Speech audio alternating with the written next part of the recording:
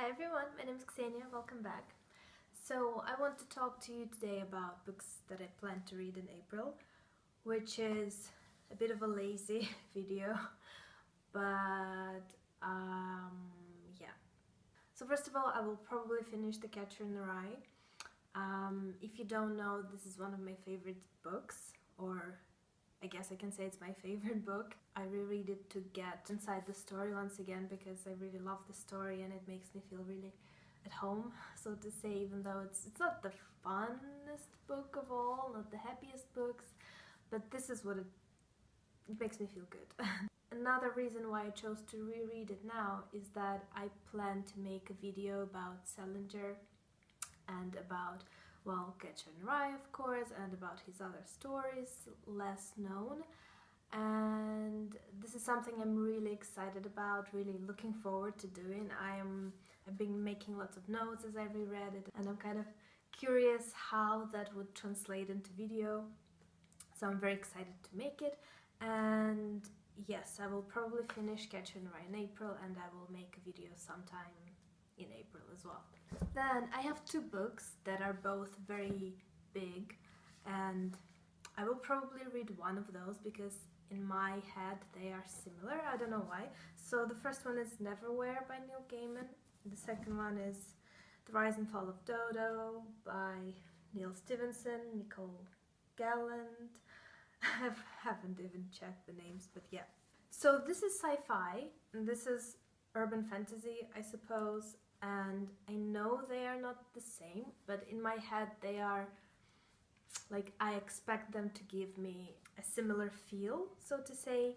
Yes, I will read either this one or that one, depending on what I will be in the mood for. And yeah, I don't know which one I'm gonna be reading. If you have read any of those or both, let me know which one to choose. And yes, this is also, I wanted to show you that bookmark! I found a bookmark! Yes, because my husband read this book and he couldn't finish it because he didn't like it. And yeah, it was there all this time. And I really, really love this bookmark, so I missed it. So yeah, and also a few other people have read Neal Gaiman and didn't like him, so I don't know if I will like him.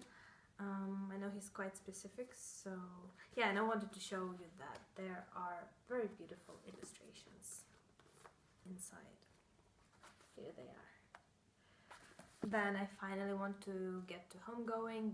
This is the book that I've had here for quite a long time as well, and something I think I will enjoy.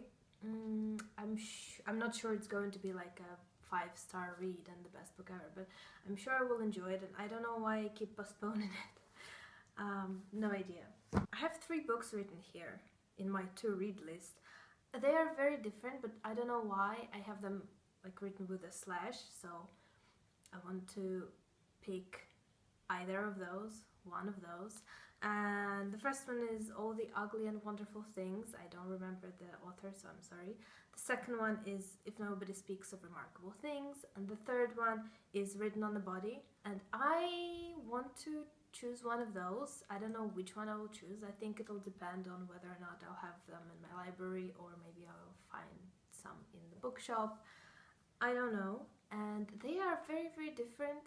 All the Ugly and Wonderful Things is a story about a girl, a 14-year-old, I think, and then there's a man who's 27 or something, and there is like a love story, and lots of people really hate it because it's, you know, she's a child and all of that. And I'm curious to see how the author made it happen so not everybody hates it, because obviously if you write romance between 30-year-old guy and 14-year-old girl, it's very easy to make it bad and horrible and inappropriate. But apart from all of those people who hate the book, there are also some people who really love it, who think that it was done very beautifully, and I'm curious to see how that happened. The other 2 books, If Nobody Speaks of Remarkable Things and Written on the Body, are, as I believe, they are kind of experimental. They don't have much plot and they are more atmospheric, so I don't know. but from what I've heard, I feel like I'm gonna really enjoy all those books, 2 of those books. So yes, I don't know which one I'm gonna read, but I'm gonna read one of those, hopefully. And also there are 2 books that are sort of similar. Again, that I will choose either one or the other. The first one is Hope Against Hope by Nadezhda Mandelstam, and she is the wife of Osip Mandelstam, who is a famous Russian author, poet. And this is memoir about her, about him, about their lives, because their lives were very turbulent, because poets during the Soviet regime and lots of stuff happened there. So this is something I really want to read, and it's written in Russian. And the other one is it's not even a book, I think it's a thesis.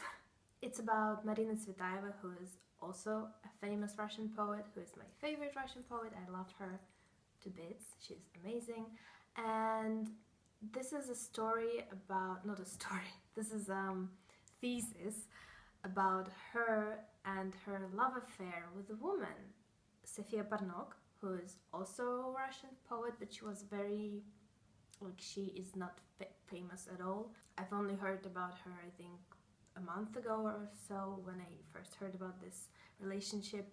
So Marina Tsvetaeva was bisexual, and I didn't know it. It was very cool to find out, and she had a few relationships, and one of the most important ones, apart from her husband, it was this woman, Sofia Parnok, and this is a thesis that is written in a very beautiful and evocative language. I've read a few pages.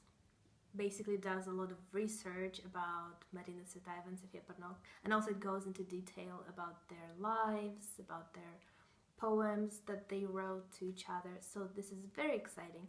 And this thesis, obviously I only have it available on my tablet, so both of those are like a tablet reads, which I don't usually read on my tablet. I probably will have to choose one. Maybe I'll read the second one a few months later when I'm in the mood again.